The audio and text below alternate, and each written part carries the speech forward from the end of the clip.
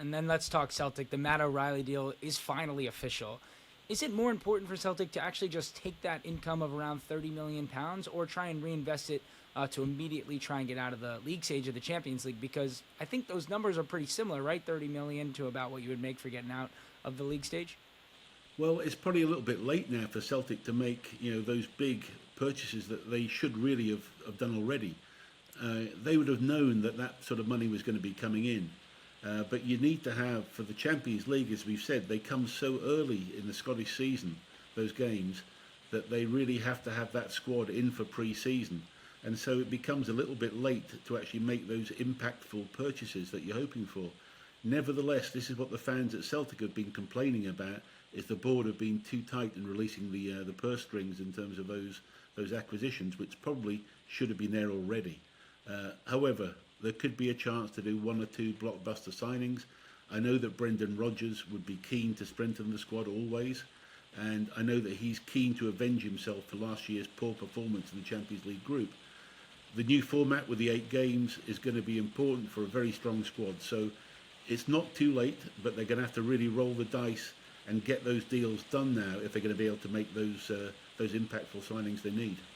For sure, and you mentioned, they knew this money was coming in, but why let this deal take so long to get done? If they knew they were going to give him Matt O'Reilly, obviously they're waiting for that certain amount of money to say yes to it. But as you said, they've now left themselves short without what some call their best player, or most would say is their best player, going into the season just a couple of days.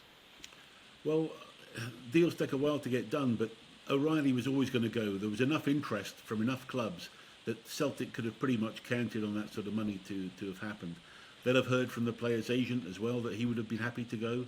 So that's the sort of thing that you've got when you're going into negotiations, that you're pretty sure on the balancing side of the ledger that you're going to be able to get that money in. So I'm surprised that, as I say, that Celtic haven't moved quicker. And in terms of you're making a couple more signings than they have done so far. For sure, and we're talking about incomings probably to replace Matt O'Reilly, but obviously Celtic are still rumored to be potentially losing Kyogo. Cameron Carter-Vickers recently has garnered some interest from the Italian league. Could you see them losing more important players in these last few days of the window? Well, if they do, I think Brendan Rodgers will have a lot to say about it in the media, and I think that could be the big issue, is between Brendan and the board coming up. I think Celtic should have backed him better. Of course, players, they have an ability to move on, and their agents will be putting them in shop windows, and those players may want to go further than Scottish football. But I think Brendan would be very unhappy if he had to lose any other players right now. So I think he will want to strengthen the squad, and the board will be saying, okay, well, we've had these offers, we want more money again. That seems to be the Celtic way.